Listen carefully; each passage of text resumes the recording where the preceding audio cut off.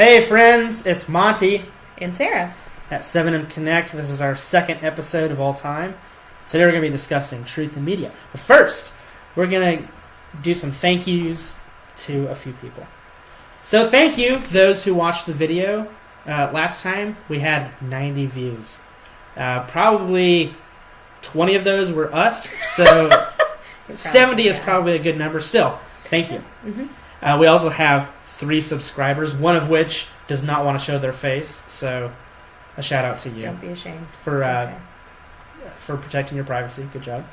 And also, last but not least, Mark Bergia, thank you for making our logo. We have it here behind us. We also have it on our page. So yes, thank you. And some feedback that we got is that I don't look at the camera.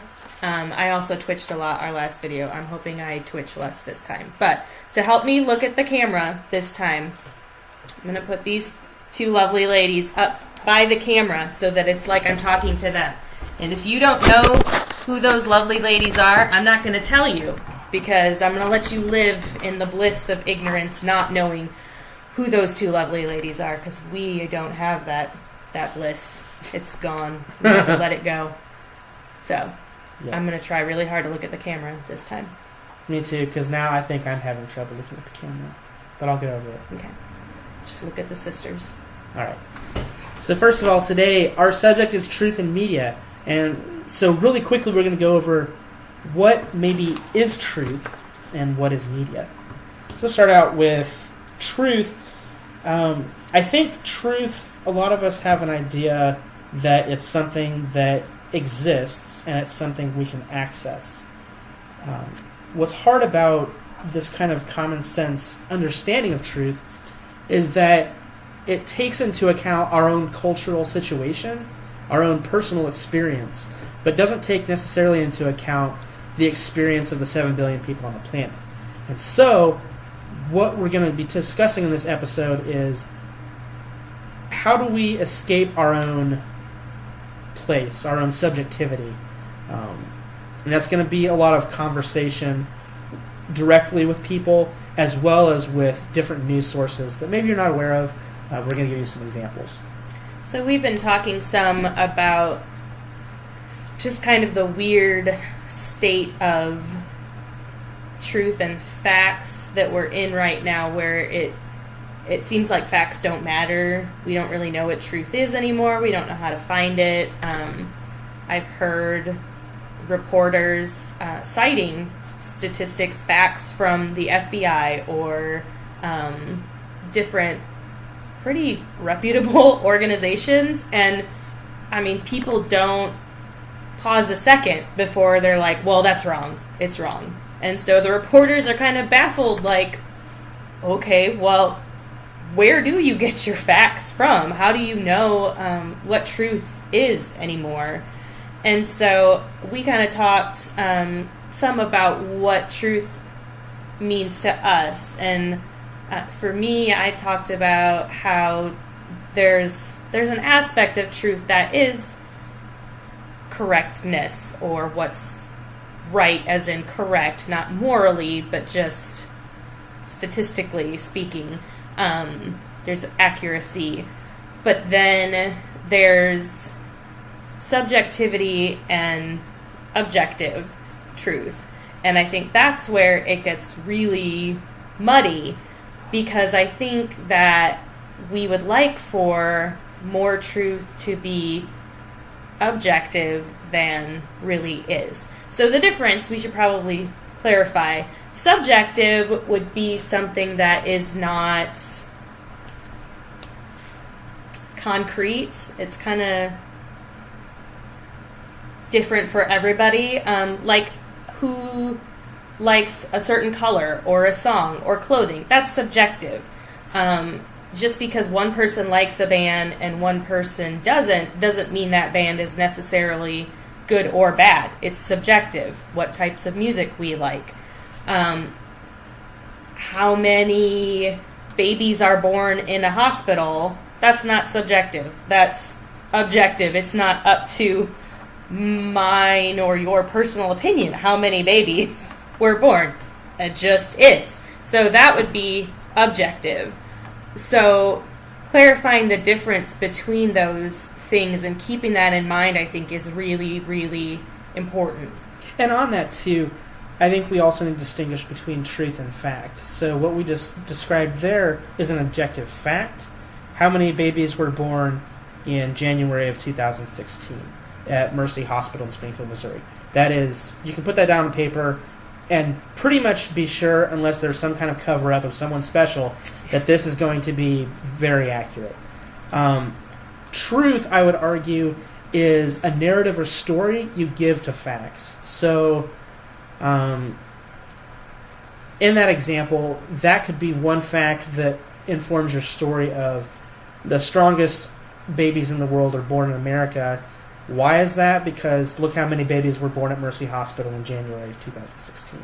And so it gives you kind of a framework to make sense of data. That's what I argue truth is. And based on that, I don't think that quote-unquote objective truth is possible.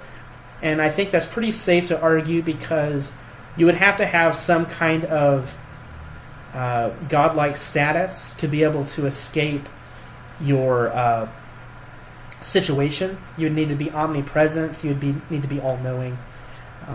And those two factors, I am pretty confident most of us don't have, if not all of us. So there's that. So that's, again, I think a safe thing to distinguish truth from fact. Truth is philosophy. Fact is more... again, facts can be fudged. Let's admit that. There is human error in recording and also in even the way questions are framed so that data, while it acts according to that question, is factual, but maybe the question itself needs to be questioned. And something else we talked about, which kind of goes along with truth and fact and subjective versus objective, would be feelings. And the fact that feelings are true, feelings are real. If I am afraid, no one else can really tell me, no, you're not afraid, because you're not feeling what I'm feeling. You don't know. And there are people who struggle to identify their emotions, and so maybe they're misidentifying them. But feelings are true. However, the motivation or the reason somebody may be feeling those feelings might not be true. So maybe I am afraid that because I think I saw a person in my garage when I was going to let my dogs out. And then I turn on the lights, and it's actually my husband's wrestling dummy. So really I had no good reason to be afraid. Nevertheless, I was afraid. And so I think that is really important to distinguish the difference between those things, but also the importance of acknowledging people's feelings. So I think, for candidates in elections and for reporters and researchers, it's absolutely important to talk about and research and look at how the population is feeling, but also to talk about why are they feeling that way. And if you know that their motivation for feeling that way is not true, then you need to talk about that and call it out, not continue to manipulate those feelings, and keep people in that state of fear, and hurt and different things just for the sake of your view or whatever it is, your agenda that you're trying to push. And on that, so we were talking earlier before we started recording about, okay, what is instinct? And we kind of came up with, well, instinct are those things which you naturally do that really don't have a whole lot to do with cultural development. So breathing, digestion, most of the stuff like that, you really don't have to think about, and you really didn't have to have someone tell you to digest or breathe. That just happens naturally.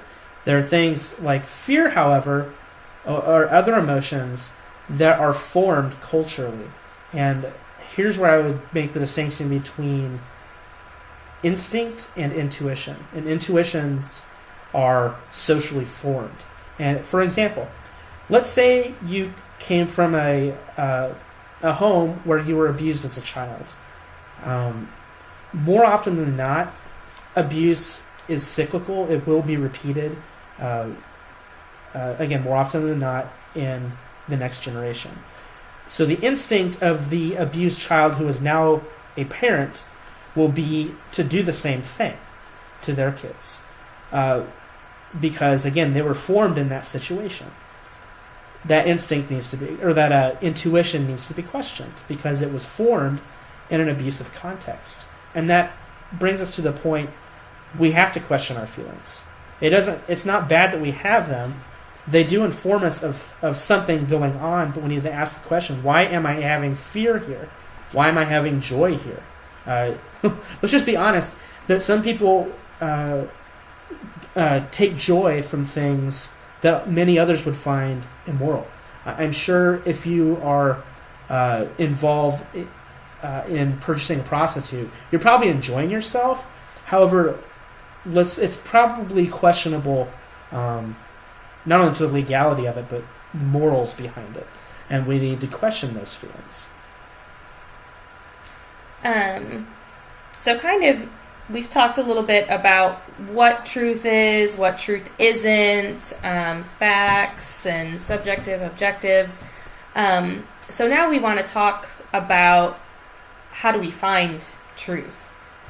So one of the things that we want to talk about is just personally where we find truth at. So Monty, how about you go first and just share some of the sources that you use? Sure. So what we've talked about so far is that truth, as far as it can be obtained, is not going to be a merely individual endeavor, nor is it going to be merely your own community's endeavor.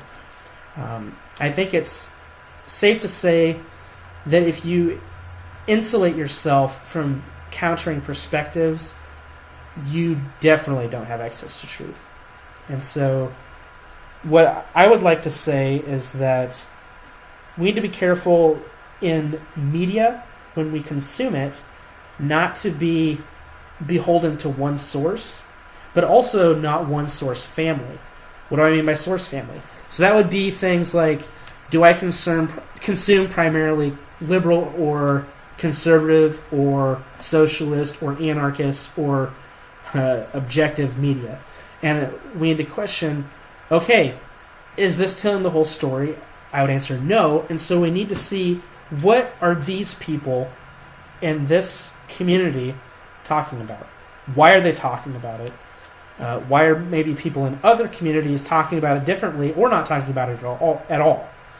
And so this past election, 2016 presidential election in the United States, got me thinking, okay, I had insulated myself, and I said this in the last video, I had insulated myself from different perspectives to the point where I was in an echo chamber. I was hearing my own views tossed around, and I hate to admit it, but I was to the point where, how can anyone possibly vote differently from me?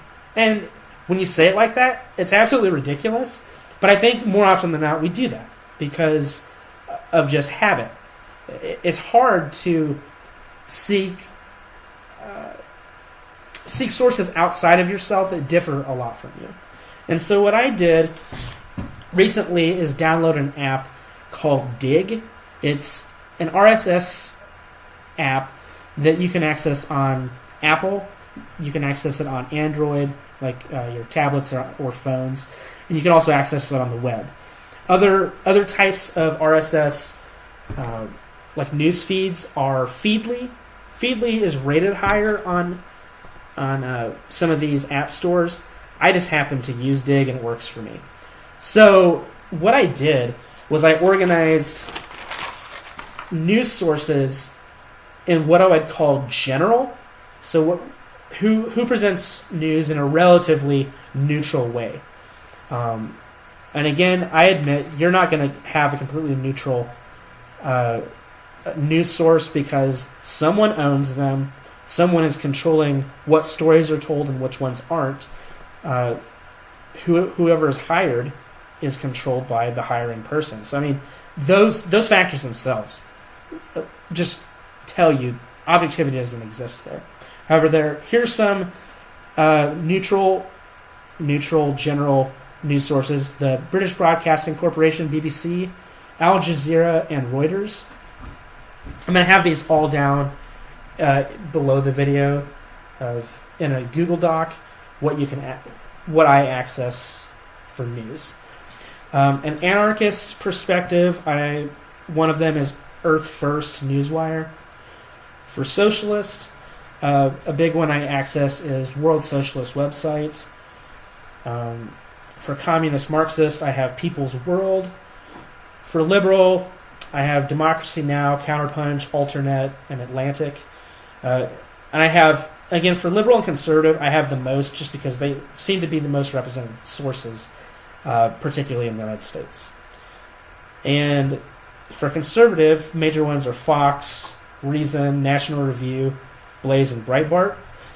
Now, for those news sources that weren't available on Dig, Twitter also has a lot of these news sources that I just listed on there, as well as ones that aren't. And the cool thing is, some news that you need subscriptions for will show a lot of their content on Twitter. And two major ones of those that are more general are the Wall Street Journal and New York Times. So if you think that Twitter is only for those millennials that need to be suspect, well, guess what? New York Times and Wall Street Journal are there for free. So there, go get a Twitter account and subscribe to those two people. I need to get a Twitter account. Also, I Jacobin. haven't taken the jump. I'm sorry. Well, now's the time. All right. And it's free. Okay. Also, Jacobin, which is a major leftist source, is available on Twitter. And they have a lot of... Again, all of these sources, we're going to talk about what makes a good source. What makes a good source is also going to be, we have to recognize bias. So let's get into that. After Sarah mentions her sources that she uses for news, we're going to talk about how do we talk about a good news source. Yeah. Okay, so I'm just going to be honest. Most of my news comes from social media. Facebook. Like I said, I don't do Twitter. I have not taken that jump yet. I'm comfortable with Facebook, and change is really difficult for me. I'll be honest. I don't like it. I can do it. I adjust eventually, but I don't like it. I kind of sometimes fight it at first, but... And that seems to be pretty natural in a lot of people. So I'll get there. But Facebook. So what happens is, okay, so I'm busy, which a lot of us are. I work minimum of 40 hours a week. I have a 2 and a 3-year-old. Husband in school, we spend time with family, we have other activities that we do in the community. So, I mean, yes. So, it ends up that social media is a lot of where I get my news from. So, I'm scrolling through my news feed, and I'm starting to get a more diverse group of friends, but previously it was pretty homogenous, as in they were mostly from the same kind of a background. But it's getting to be a lot more diverse, which I find really exciting and I appreciate a lot. But I'll see friends sharing memes. I mean, the memes have gone viral, I guess. It would be a good word. So they're everywhere. I personally give very little thought to memes, but I do at least see them, so they are entering my mind, and I'm taking them in. People will share news articles. People will share blog posts. And so sometimes I read them, sometimes I don't. I kind of will analyze if I think it's a good source or not, and if it's something that interests me. I'll see people's opinions, and they'll share their personal experience.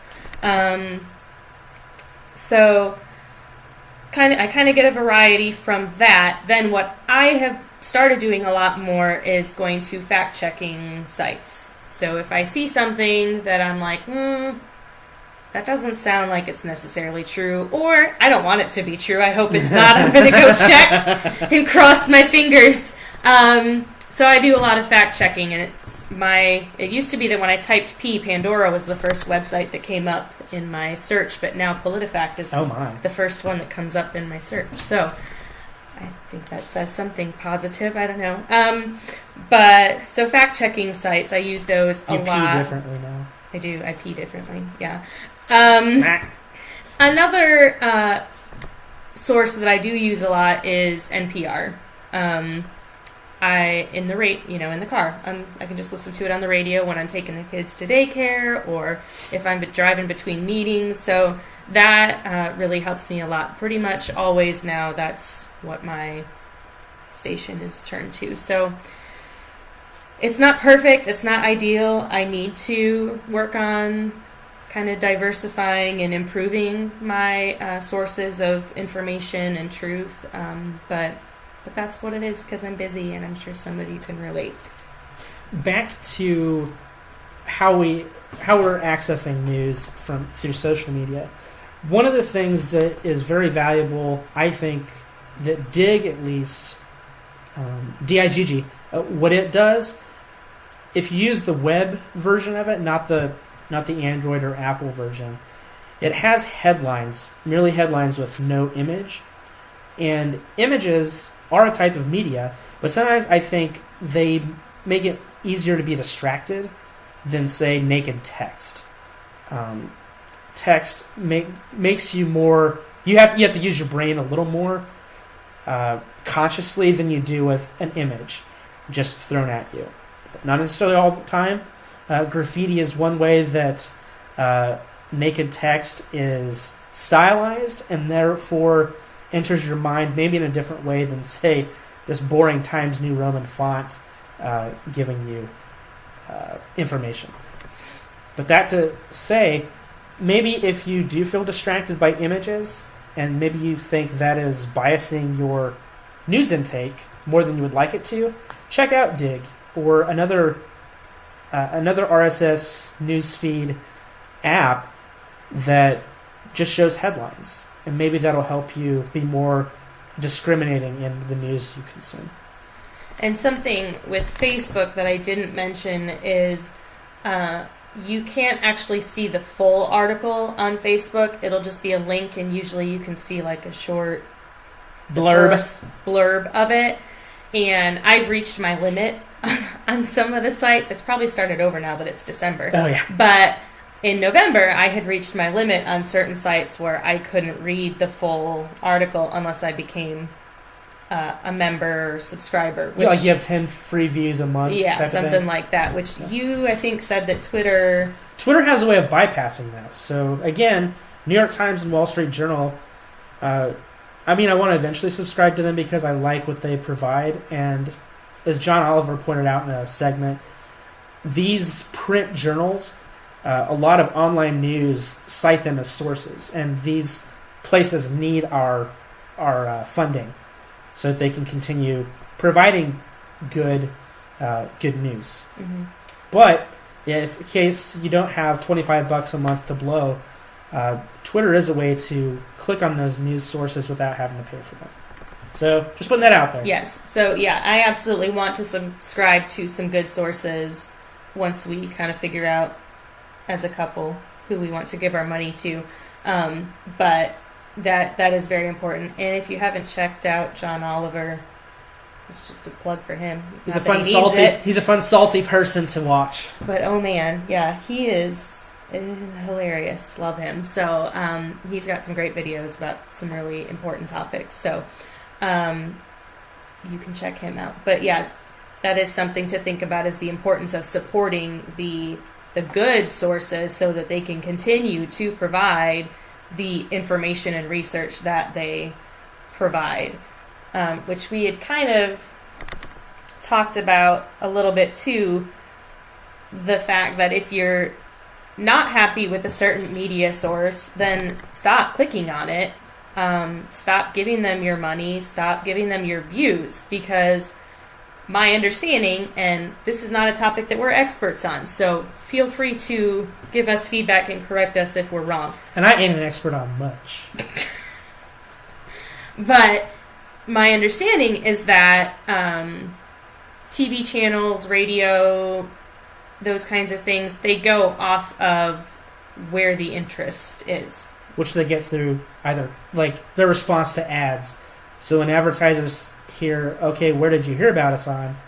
If it's from a certain news source, which they get either from clicks or surveys that they take, then they're going to continue offering their advertisement to these news sources, and these news sources are going to say, oh, you heard about this advertiser who pays us about their product or service in this news segment. Therefore, we're going to push more of that to make more money.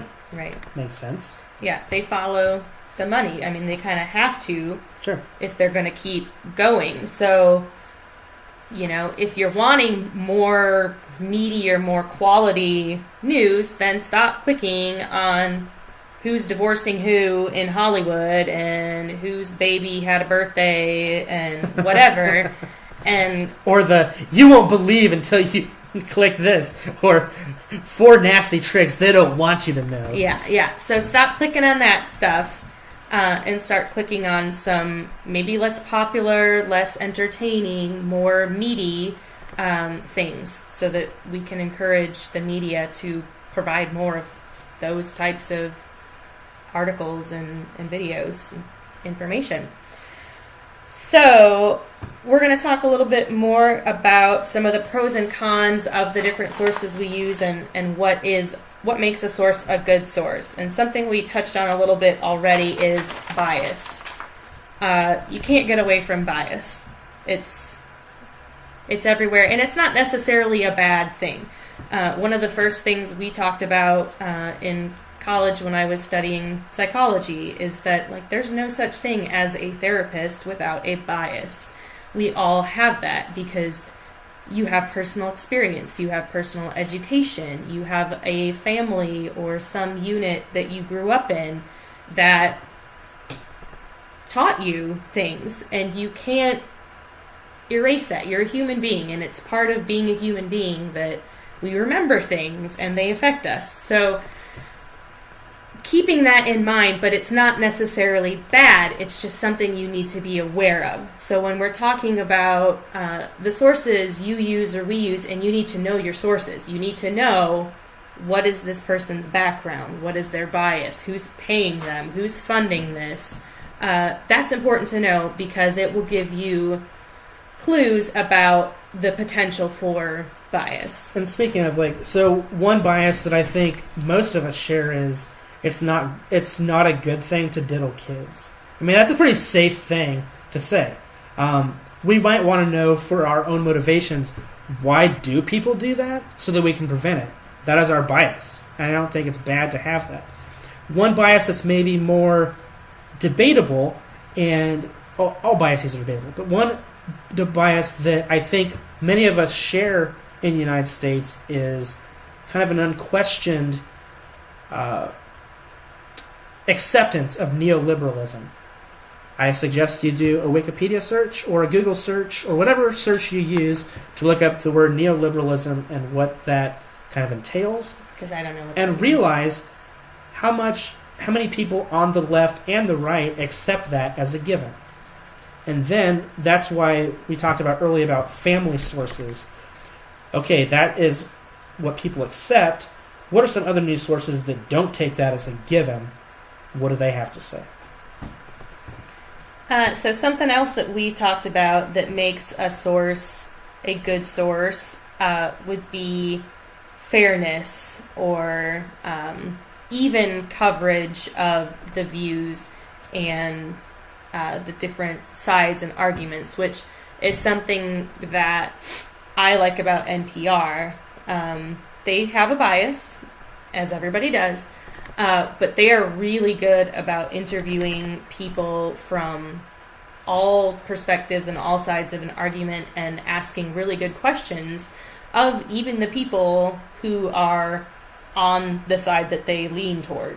And maybe fairness is just letting people talk and not interrupting them, not editing out as much as you can to make them look bad according to your view, but just letting their view be stated in its raw form. That, I think, would be a good definition of fairness.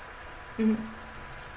I think another definition would also be recognizing that sometimes sometimes issues have way more than just two perspectives to them, and so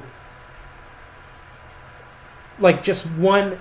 So viewing a source that has only one perspective, that would be less fair than, say, someone who covers, like NPR, at least two perspectives on an issue. But again, this family perspective of news sources, there are way more than just two perspectives. And so check those out as well. That even has to do with our political parties. What we have available is Democrat and Republican. There are more parties than Democrat and Republican. We have Libertarians, we have Green Party, but the viable parties we have in the United States are not nearly the amount that they have in Europe. Let's be honest about that. And all of us will admit, that's a bias. A lot of us will admit, all of us. Wow. A lot of us will admit that each of these two parties do not represent all of what we stand for. I think that's a pretty safe assumption. Yeah. It is very I've heard people on the left say, "I'm pro-life, even though I'm left. The Democratic Party doesn't stand for what I believe in." I've heard people on the right say that they want more social programs. There's not a lot of diversity on each party platform, and so maybe that's something to push for in this whatever that word is, intermediary period between presidential elections, is maybe talk about our values more than every 4 years. Mm-hmm. What do we want from governments, if we want much at all? Rabbit trail. So going back to kind of the fairness, I think if you're watching or using a source that, okay, so let's just use some real examples. Okay, so the Clinton emails, I hate to even bring them up because we beat them they've been covered. But if you're listening to a source and they don't even bring them up, they don't even cover them, and everything they have to say about Hillary is glorious and sunshine and rainbows, and no mention of emails, or maybe just a slight little mention, but it's nothing. In passing. Yeah. It was just, it's nothing. You should probably be concerned about the fairness of that site or channel, whatever kind of a media it is. But, and likewise with Trump, if all they ever have to say is glorious things and he can do no wrong, we should probably question We should question that, because they're human beings. They're all human beings. And there's two sides to every story, sometimes more than two sides. A good proverb is, everyone poops. Okay. We have some darkness in us. Okay. Yeah, I wasn't sure where that was going. But yeah. So if they're never sharing anything negative, at least talking about it, asking questions, giving explanations, that's really concerning to me. So even if it hurts and makes you uncomfortable and you don't want to hear this about this person that you support, I'm going to encourage you that might be a good source that you need to stick with if they're sharing some stuff that maybe makes you uncomfortable or nervous or question.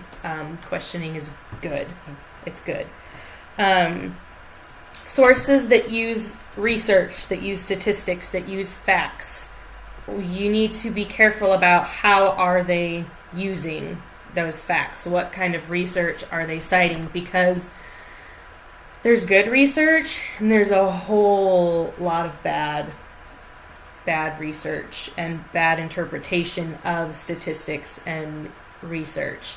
And I had 2+ years of statistics and research, which, here we go, we're going to get ready. You ready to go through this? We're not really going to go through that. I don't want to do that again. But sorry, Jeff. I had a great teacher. It was not his fault. It's one of those things, I just had a wall went up. And I was not open to learning. A huge wall. About research. It was huge. But there is so much to know about research. It's a lot, and I think it's a hard subject. Yeah. And that's also let's also recognize that research per subject is different. She had a social science background. In religious studies, kind of also has that, but also has literary research, which is different. Mm-hmm. There's also journalistic research, which is related to both of those, but also different. And so we need to recognize that the ways we have of confirming truth is maybe related also to the method we use in our particular field. And so we'll talk more a little bit later about research and just some very, very, very basic things. We'll share like the first 5 minutes of 4 years of possible research education that you could have. So get ready for Research 101. And then we kind of talked about earlier another aspect of a good source is that they don't just show what's popular or what's entertaining, but they bring up some other things that are going on that maybe aren't being covered as much but are really important and that we need to be aware of. Speaking of, there's a Watchdog news source that has one of its big things was top 25 stories that weren't covered well in the media. I'm going to find that. I'm going to try to remember what that source was and then put that in the comments section. Did you have anything else that you wanted to talk about as far as what you think makes a good source? Sure. So what we want to look at again is fairness. Do they present more than just their perspective? Are they accurately reporting, like if they're paraphrasing someone or quoting someone, did they fairly attribute that source? Like, did the source say something completely different than how they reported it? And that also has to do with how widely available is the source. Do you have to have special access? Do you have to have like a certain password or subscription to see that database or source? Do you have to be a specialist in order to make sense of the data? Is the source itself maybe even purposely unclear? And you would only get that again through talking with a lot of people who are specialists in that area. Another way to verify a source is who are the experts and leaders in this field? What are they saying about it? This particular criterion needs to be taken with a grain of salt. Leaders and experts in their field, while they know way more than you do in their expertise, again, with this bias thing, they have various motivations that aren't purely about information. So, again, funding. That's a big thing. Status. We all don't like to admit it, but guess what? These are human beings who want to be seen as the expert in their field. The expert, not just an expert. And so we need to recognize that. Humans are humans. So those are some various things we can look at. Observe. Does this report, and again we have to question again what we observe, but does it correlate with your 5 senses? Does it correlate with your personal experience? Again, it needs to be taken with a grain of salt, but take all these criteria into account when you're verifying a source. Furthermore, where to go? Ask questions. Don't just take what comes down the pipe. If you're watching this, you're already having questions, particularly if you disagree with something we've said. Don't stop there. Particularly if it's also something you find yourself in a large agreement with. I think that's where you really need to ask questions. Because what you know, or what you think you know, is not unassailable. It's not infallible. Something else that we wanted to kind of touch on just briefly before I forget is fake news sites. They are out there. I've seen them shared on Facebook a lot more than I wish I would have. What is a fake news source? I'm not sure that I'm the best person to define it, but a lot of them, they'll use something that sounds like another news source, like it'll say a city name in the web address so that it sounds like New York Times or Chicago Tribune, or it sounds like hey, it's got a city name in it, so this must be a good source. But then it's got some weird other part of the web address, and it's actually, I don't even know what the purpose of them is. Is it cookies? I'm not an IT person. I don't know. What are they hacking? I don't know. But the stuff that they share is not true. And true, again, how we've presented it here is it's not fair. It maybe uses over-emotional language that takes maybe its perspective a little too seriously. It doesn't... You've got mail. You've got mail. It doesn't show where their sources came from, or it attributes them wrongly, or if it does show its sources, it misrepresents their sources.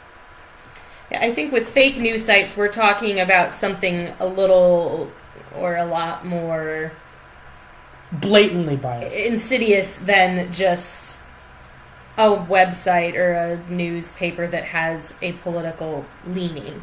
This is like pretty outright misinformation with some ulterior motive that I don't completely understand. So if any of you have more information regarding fake news sites, why they're out there, what they do, how to recognize them, I think that would be a great thing for you to share in the comments or email to us so that we can share.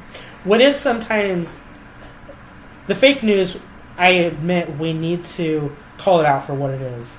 At the same time, what really got this ball rolling on fake news was the alleged involvement of the Russian state in the 2016 presidential election.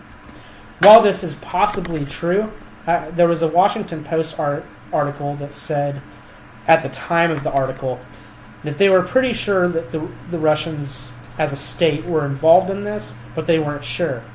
NPR and Yahoo News quoted it as if it was a consensus and an established fact that Russia was involved in this, using that particular article and changing the words from kind of the notion of hypothesis or hunch to an established fact, unarguable.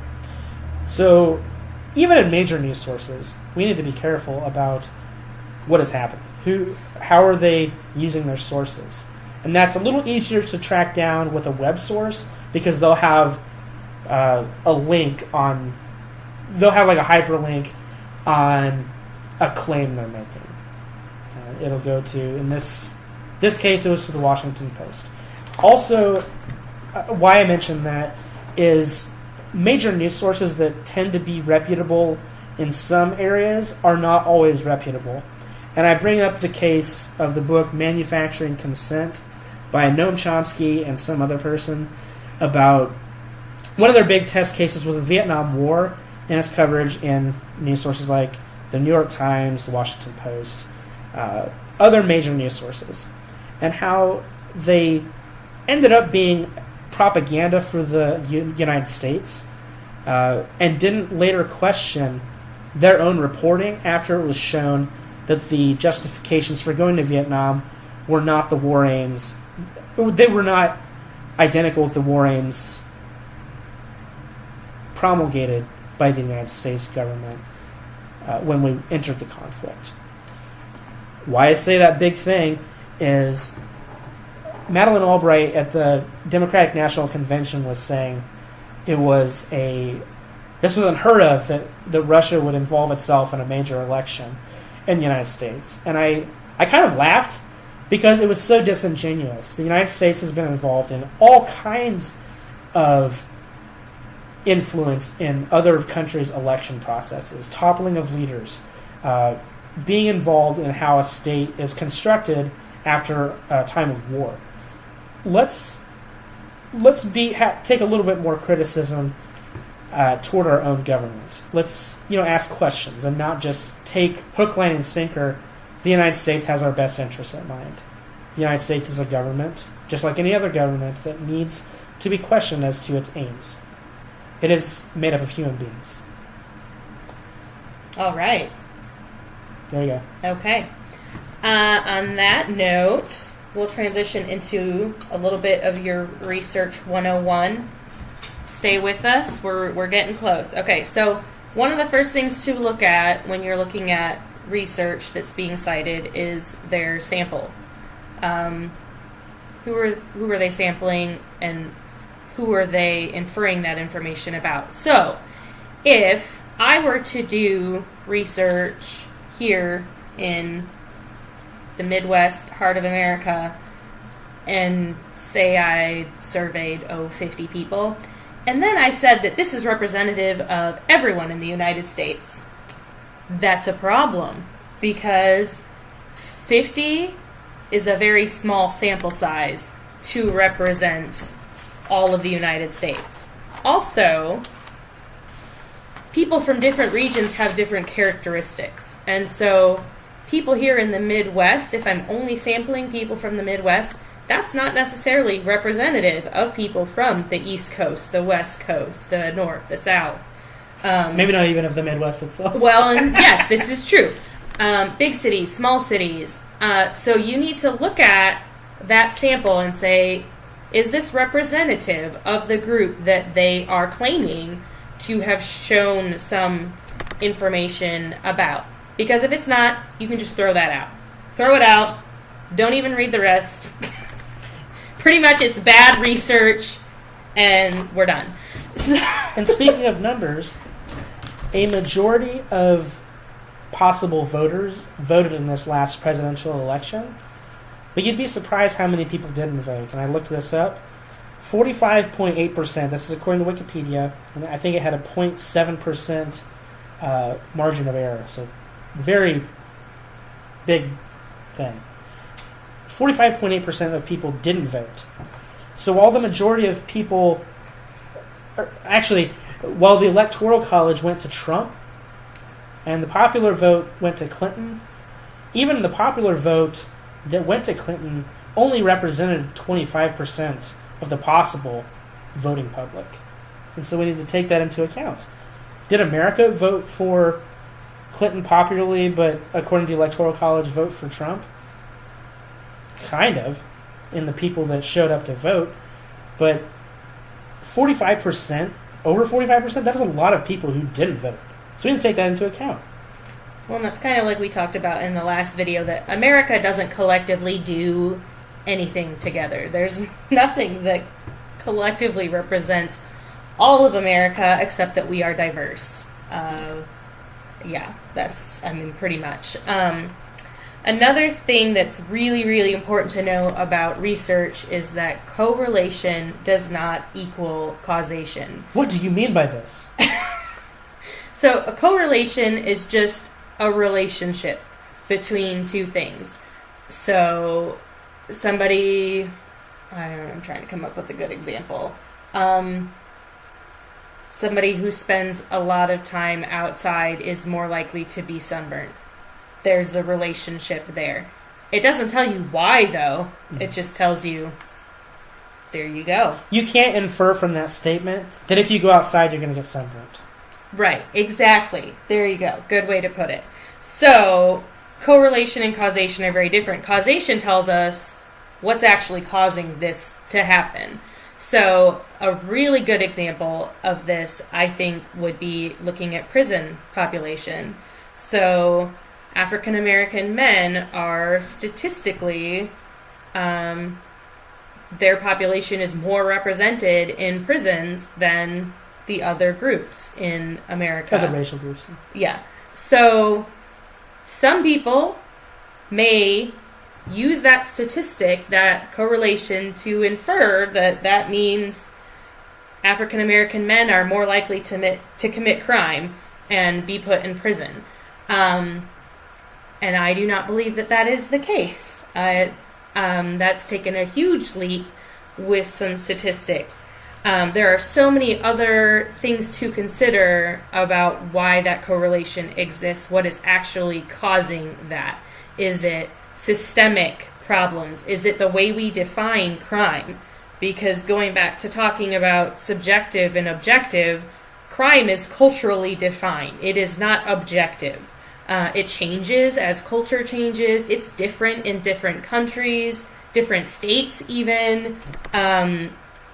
Yes. Speaking of, like, we were going to see a movie tonight that is called Loving, and it's about the Supreme Court case that made it unconstitutional to ban couples, to ban individuals of different races from marrying each other.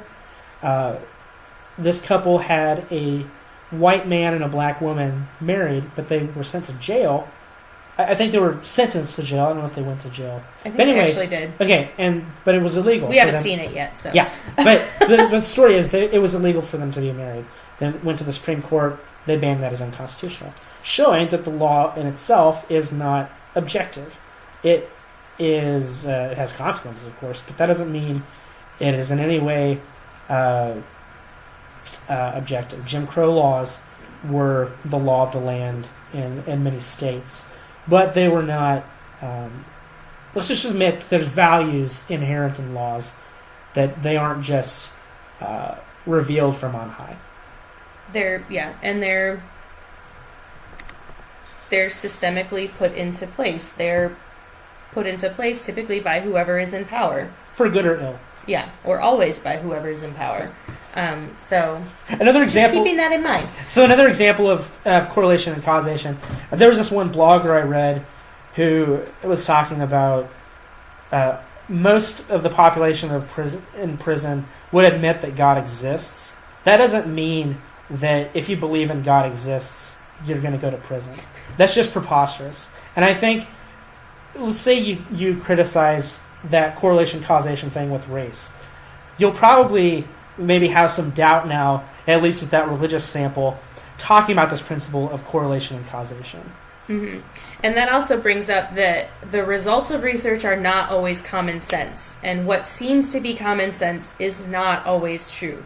There are so many experiments out there, so much research done that their hypothesis or what they thought was going to be the results was common sense. They thought, well, looking at this seems like it makes sense. And then that's not what the research showed at all.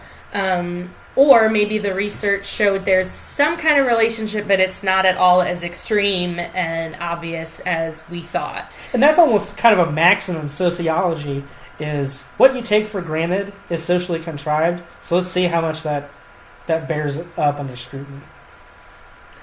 Another thing to look at with research is has it been repeated? Is it reliable? Can you do that same kind of experiment again and get the same results? Even if the researchers come from completely different places than another researcher. And that's a way to look for bias. So if a group funded by some certain organization and bias does the same exact kind of research experiment on the same exact thing as a group funded and supported and with a different bias, and they get completely different results, or what was going on here? Is there some kind of error in the way that they're conducting this research? Did they fabricate their results? What's going on here? And so, again, that's where keeping in mind that bias could give you some clues as to where the errors and changes in facts are happening. So can it be repeated? And again, that's the importance of looking at multiple sources. So if you look at one source and it says, well, so-and-so said this, and you can't find anywhere else on the internet where that person said that, that should be concerning. Especially if it's something from a major person and it's a really big, important thing. Somebody else is going to have covered it. So again, the importance of multiple sources and being able to find that truth or facts or whatever in multiple places. Well, yes. So if a source says Donald Trump or Hillary Clinton eat children for breakfast and nowhere else says that, it might be The Onion, but it also might just be a source that you really need to doubt if it's true. Yeah. Another thing is thinking about variables and how to control for variables, which is extremely tricky in social science research. So if we're doing an experiment on baking soda, vinegar, whatever, we can easily control how much of the ingredients we're putting in We can control time. We don't have to worry about emotions or their past life experiences or any of those things. It's a lot easier to control, and they don't really have rights. But when we're working with people, there are a whole lot of ethical things that we have to consider when doing social science research. So I cannot subject someone to abuse just to do an experiment to find out the effects of abuse. We can't do that, nor should we. And so controlling for all of those variables is so hard. And so when you're looking at research, you need to think about all the possible variables that were not able to be controlled. I've read a lot of, maybe I shouldn't say a lot, and fact check all of what we're saying too. I've seen and read some research about the LGBTQ community and how they are more likely to be depressed and have mental illness than those who are heterosexual.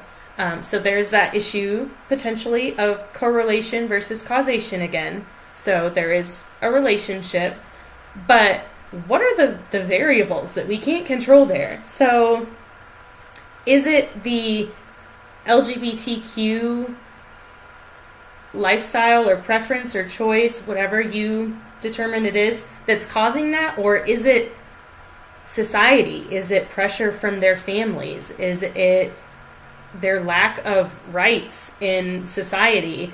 There are so many other variables that could be contributing to that mental illness, rather than just the fact that they're LGBTQ. Do they have anxiety disorders because people of their community have been targeted and literally killed for being LGBTQ?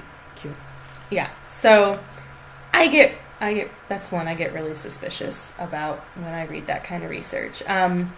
Because we cannot take those LGBTQ people and just pluck them out of their current society and put them in this utopia where they're not subjected to all of the things that they're subjected to here. So we don't know. And that's the hard thing about social science research, is there are some things we just can't control for, and we don't know. So keeping that in mind, what hasn't been controlled for, what can't we control, and then also thinking, sometimes it can be multiple things that are causing this, which makes it even more complicated, is that sometimes it's not just one thing. And so, and I'm not going to get into all of how to deal with all of that, because I don't think I probably remember, and we would need an expert on research to do that. Which, if somebody wants to volunteer to do a video or be interviewed, that would be great. We would be completely open to that. So that's just kind of some basic stuff about research. So did we want to talk at all? Did you want to talk about what you're currently reading? Yeah. So we kind of want to start a segment on what are each of us reading that's distinct from news. Right now I'm reading Fahrenheit 451 by Ray Bradbury. I've read it a few times, and it's a fun book to return to. It's about firemen who don't put out fires, but they burn books. It's a book about censorship and what that can do to a community. And one of Bradbury's big themes in the book is, what does entertainment do to a culture that becomes its main aim, and not maybe quote-unquote growth as a people. So a question I kind of take away from that book is, by consuming so much entertainment, do we as the people, whatever that means, forfeit whatever power we had by merely consuming entertainment and not paying attention to where our power has been forfeited? For example, to representatives we elect every so often to make decisions for us. How much do we really want that to be the case? And can we make that case without some attention to that? I think in order to do that, in order to have power, you can't merely consume entertainment. You have to consume news, and you also have to think critically about it. So that's what I'm reading. I'm having fun. revisiting those themes. And I am reading nothing besides what I read at work every day for my job and what I read on Facebook. So I guess just picking up where we left off, we're going to have to work on being a little more concise. Concise, yeah. But I'm reading nothing. That's more concise, right? Okay, so our major takeaways to summarize our video that was actually longer than our first video. We really encourage you to have a variety of sources that you get your information from. And to know your sources, to know who's funding them, what their biases might be, how do they get their information, what their education is. When looking at research, look at the sample size. Is it repeatable? Have they controlled for the variables? Or are there some other things to consider? And then really something that we're going to probably talk about and push in most all of our videos is relationships and conversation with other people, particularly people who don't necessarily hold the same view as you. So it's not okay to just go read, and then never have a conversation with somebody else to find out, hey, what do you think about this that I've read? Particularly if people, for example, if all you read is The Atlantic and they talk about people you know but that you don't agree with, talk to those people and see if The Atlantic or whoever presented on them actually presents their views accurately. Talk with them. Yes, conversation. And quickly going back, and we're trying to be concise, going back to sample size and research representing you. So there are probably occasions where you read a research article or an article that says something about Americans, yada yada, or a majority of Americans, or something about a group that you're in. Keep in mind, like we've talked about, you are not necessarily representative of the whole group. So there have definitely been times where I'm like, that's not true of me at all.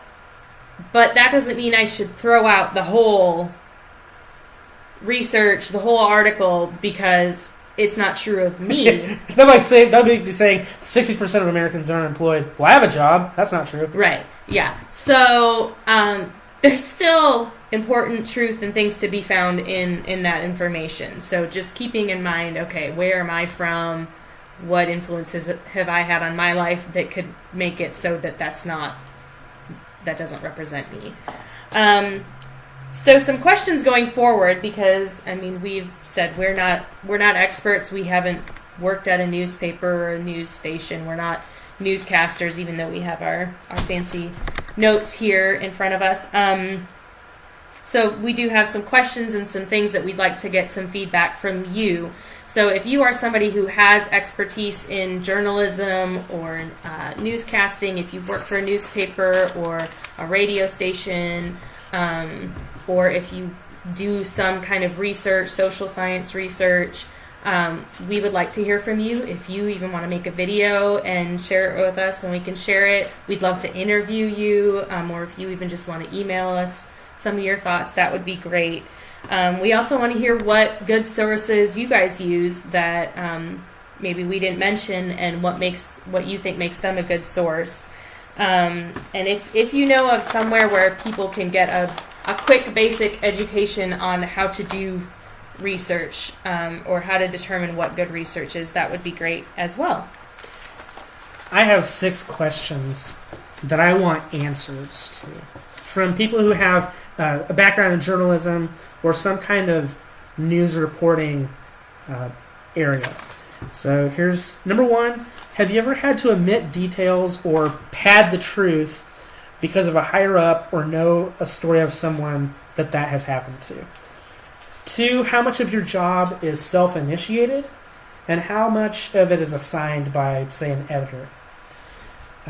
3, is there a spectrum or a difference of clickbait, fake news, and just mediocre news? Like, how would you define those things? 4, what do you do with your own bias?